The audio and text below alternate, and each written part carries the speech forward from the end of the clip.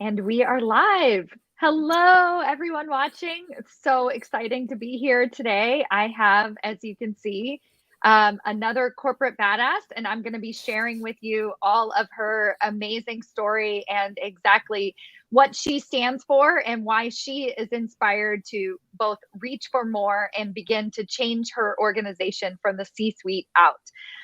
This month, I've been celebrating all of the corporate badasses who've been on the executive path with me for a year or so. And really, the work that they're doing and their leadership wisdom and showing you what's possible when we really start to own our career path and own our why we demand a voice at the table, why it matters to have us in higher level executive positions. And I'm calling this series December Doing It series because these are the women who are doing the work and making things happen. And today I have with you Jennifer. So I'm going to have her introduce herself in a minute, but while you're listening, please write comments, ask questions. I can see the chat and I will definitely bring those up. And then, of course, if you have any other comments or questions afterwards and you're watching the replay, definitely put those in because I always monitor those afterwards. But otherwise, welcome, Jennifer. It's so exciting to have you here. Thanks, Stacy. I'm excited to be here. I'm Jennifer Metz. Yeah. And you want me to introduce myself? Yeah, okay. Go ahead. Please do. Please do. Okay. I'm Jennifer Musser-Metz, and I work in product management. I'm an executive director at a Fortune 50 company, and my products are global. It's pretty exciting. Yeah. Yes, it is. So, wow, we met almost over a year ago, I believe. We've been working together, and it's been so fantastic to get to know you and to see you shine and really step up and challenge yourself in so many different ways over the past year. So to start out, I would love to understand a little bit more about how you define your leadership style. Sure, Stacy. This one I've given some thought to, and I think it comes down to two separate tracks for me. The two components of my leadership style, like one is in the product management space and one is in the leader of leaders or people management space. So on the first one, product management, generally in product management, you're judged by what you ship, how it performs when you get it out in the wild in production, and ultimately what customers think. So there's some pretty tangible things that you can evaluate your leadership and the choices you make against what happens in the real world and how you pivot and learn from that. In the people management space, as a leader of product managers, you want to create an environment where you can inspire and motivate people to bring out their unique talents. That'll help you drive your goals collectively with, say, your engineering team or your user experience team or your business partners. And so throughout all of this, it's important to me that I make sure that my team understands that we want to measure what matters, but there are some things that cannot be measured. So there's an art and a science to the work that we're doing, to both the product and the leadership side of our work. Which came first for you? Were you on the product side or the leadership side? Oh, definitely the product side. I've definitely been all about like, how do we build a compelling mousetrap, you know? Yeah.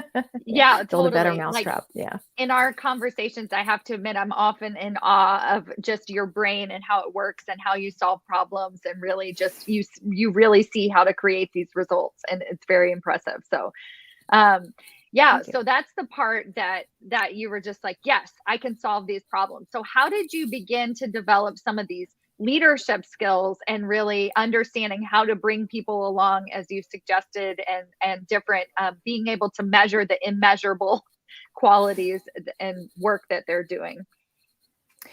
Well, there's a couple of different ways to answer that question. Making sure that you measure what matters and making sure that you inspire people to do their best work. A lot of this goes back to why I wanted to have a seat at the table in the first place. And for me, it goes back to one of my earliest working experiences. And I ran into this moment, and I think a lot of people do, where I realized, if not now, when? And if not me, who? I adopted this like, why not me philosophy, because I knew if I didn't volunteer for this project, that I'd have to live with the outcomes of what this committee decided. And I knew that I wasn't necessarily going to be happy with myself a couple of months down the road, living with that decision that other people made, if I hadn't been out there advocating for what I believed our greater collective team needed out of that. They And needed so a leader, yeah, right? yeah, Yeah. they did. And I think like I had to get past my own uncomfortableness with stepping out.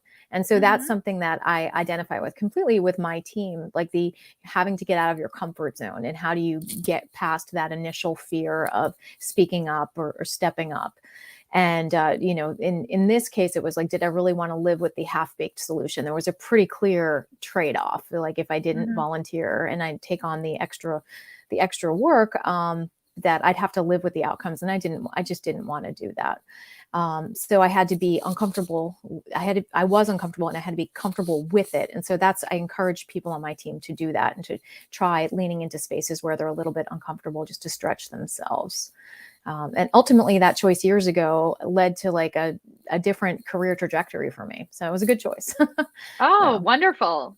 yeah. Yeah. Yeah.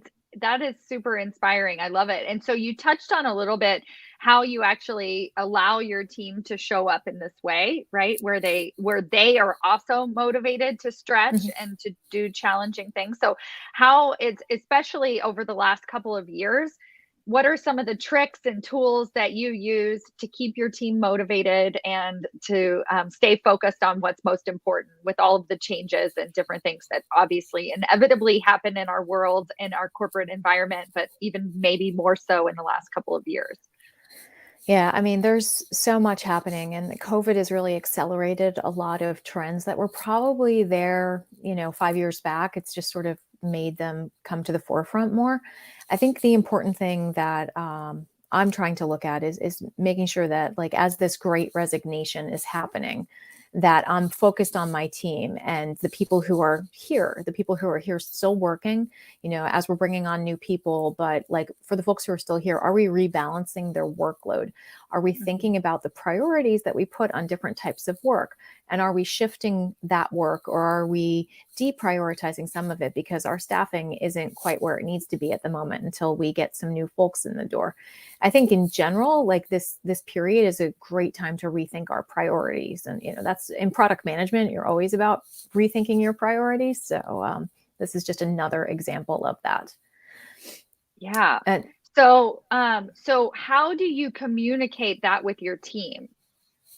so what we've been doing is I've been working collectively, like across the board with the team, as well as individually, on what are they working on right now? What are the Mhm. things that they're spending their time on? What could we potentially deprioritize for a period of time? What can go on the back burner? Is there something that they're interested in picking up? Because I feel like giving people some autonomy over what they work on can be a great way to counter some of the things that are, accelerating the need to look for external opportunities. Like you want to make sure that people feel like Mhm. they have that sense of autonomy over their work. And they can do that here. They can create their role. They Yes. have this connection, right? And Yeah. And they yeah. could, and just giving them that sense of ownership. And Mhm. then, as you're doing this and working with your team, you want to make sure that your leadership and your partners are along for the ride, that they're aware that, hey, this is happening, and that, we have good reasons why we're putting a little more effort on project A as opposed to project B. And we can talk about when project B's timeline can shift back to, the front burner, so to Mhm. speak. So I think that's for me, that's been a great way to handle the situation that we're in Mhm. currently. Just It really sounds looking like at the you do a workload. lot of I was listening to you and I was like, "Wow, she's in charge of a lot of things." So you're managing these products and then you're also managing your people and you're, Mhm. managing how they're emotionally invested in their projects. So how do you like I for lack of a better word, take care of yourself? Like what is your practice for making sure that you're able to show up in this really big way and be this to take this charge because it doesn't just happen. Oh, completely. Yeah. I mean, I think it's important for leaders to know what helps them, refill their bucket. For me, being part of your coaching program has been really helpful as just a great way to get ideas from a management standpoint from folks who have different, in different industries, but have similar challenges. Because I think we're all sort of facing like this, new world that we're Mhm. stumbling into here. And so it's been great to have like that sounding board and have people to talk with. I also do a ton of reading, listening to podcasts, whether it's things in the product space or things in the general management space. I find those things to be really beneficial and give me like a different point of view for the period of time I'm reading it. And sometimes it stays with me. So yeah. What I'm hearing too in your in talking about this is that, so as leaders, I think the part where it becomes a little bit too much, like too big, like all of this to handle, right? Both your own leadership, yet also inspiring them and inspiring yourself and all of these things, is when you can, you almost have to make it not about you, right? Oh yeah. And so when you're in these environments, like, working with the other women inside of the boardroom and the leadership table mastermind, and really seeing what they're working on and how they're tackling these, you start to realize that it's not this leadership burden or this challenge that you have, but also it's a universal, right? So that we're all here to inspire our teams, to help our companies, to do more. And you have this amazing team that you can inspire to do more, so that then you can continue to elevate your leadership as well. Oh, absolutely. I mean, and there's just so many mutual benefits to it. Like the things that you invest your time in can help you with managing your team. And then you can take those tactics and then you can see them using those tactics in action too. It's kind of cool. It's a cool cycle. Yeah. It's inspiring too, right? Like it inspires you to do more. Yeah, it's so good. Yeah. I love that. I know you recommended the book Essentialism at one point, and like one of my engineering leads and I talk about it pretty regularly. Like, well, if we looked at this through the lens of essentialism, it's so good. I'm so glad that you brought that up, because I feel like in essentialism, it's like, some of it is the most important problem and what can we not do and things like that. And I think for leaders, we get to this point where we realize we're really doing too much. Like we can't sustain it. You can't be at that elevated leadership level, that higher level, and literally do everything. Right. Yeah. And so essentialism tells you to understand what's most essential. But also, in my opinion, I think that's also our role as leaders, to understand what's most essential, right? Because that's how you're really going to move the needle for your organization and for the work that you're doing, is to focus on, what is important. Absolutely. No, it's true. That's definitely true. And I think like you have to recognize like what is going to help you, step into the role that you want to be. Like, how do I act like that next level role? How do I want to show up? All of those conversations that you want to have with yourself ahead of having the conversation. So good. And this leads me to my next question, which is, why are you inspired to have that voice at the table? And you already said, if not me, who? And I'd love to touch on that a little bit more, but really just, why do you feel inspired to start doing that role ahead of time so that you can step into it and really be successful at that next level? I mean, listen, I think, on any given day, I may feel differently about how to get to like what I'd want to take, what attributes I'd want to take on to be that next level leader.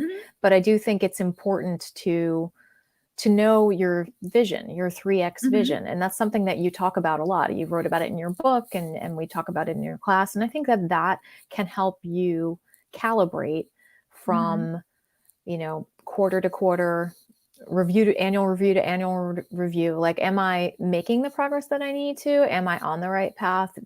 What is that next step for me? How do I figure out what those steps are that get me to the place that I want to go? And the reasons, the why behind it is all part of your career vision, knowing that you want to be able to make the impact. In my case, I want to, create a product that changes the world. And that's a pretty amazing thing to do. And I want to lead a merry band of mavericks to get there. I was hoping you would say that. Yeah, a merry band of mavericks building products to change the world. I love that line. And I think it encapsulates for me, like, what impact I want to drive. And I think, like I said, you can use those sort of vision statements to help you calibrate from moment to moment, from, milestone to milestone. Am I on the right track? And am I in the right place? Do I have the right opportunities? How do I create opportunities for myself? Things like that. I just wrote that in the chat. The lead a merry band of mavericks and create products to change the world. Yeah. And I remember we came up with this at the beginning of the year, at the beginning of 2021, right? As being your 3X vision and what's going to inspire you. And I have no doubt that through, everything that has happened this year, both good and bad, right? For our world and for inspiration at work every day, that in order for you to show up as this higher level leader, somebody that doesn't just come in, do the work, check out, go home, but really wants to make processes better, really wants to create the product, really wants to inspire her team, you have to be focused on the bigger why. Why am I doing this? Absolutely. Yeah. Oh my goodness. And the other thing I also have always loved about your 3X vision is that it sticks in my head. And so it's a story, right? It's like, it's inspirational. I hear it and I get inspired. And I can imagine if you share this with your team, and also help them uncover their bigger vision, why they do the work that they do, that's how they're going to be able to have more autonomy and inspiration and understand what they're doing as well and step up. That's awesome. Yeah. I hope so. I hope it does help them. Yeah, I think so. So anything else that you want to share with us today? I think like we touched a little bit on some of the trends that are coming out of COVID. I think one thing it's probably worth mentioning is, I know with the Great Resignation, it can be a time for people to sort of look internally and think about where things stand. And I know for me, like, this time period that we're living through accelerated my need for change. So I switched jobs last year in 2020, and that fit with, my lifelong learner goals and, just trying to find new ways to challenge myself in a new situation. And I think like, there's a lot of good that has come out of, even though, we're surrounded by a lot of bad news. There is some good that's come out of this with remote work. We've learned how to work differently, and we've seen a different side of like not just our coworkers, but also our leadership, which I think is fascinating. And I'm hoping that this continues a bit into the future, because I think it's just like a nice window into what, makes people tick. So for instance, like watching my coworker's cat walk across her, her keyboard during a meeting, or knowing that like my leader has to help her child, like that's actually kind of cool. And I think it's like a nice window into the humanness, and hopefully allows us all to show up a little more authentically in the office whenever, whatever returning to work looks like in the future. Yeah. Oh, thank you so much for being such a role model to your team and also to your leadership, and really, taking this ownership and saying, I want to do more, looking at the past year and finding the cat walking across the table, those little moments to come back to what's most important. And I really, I appreciate your sharing with us today. I think it's fantastic. No, thanks for having me, Stacey. This was fun. Thank you, Jennifer.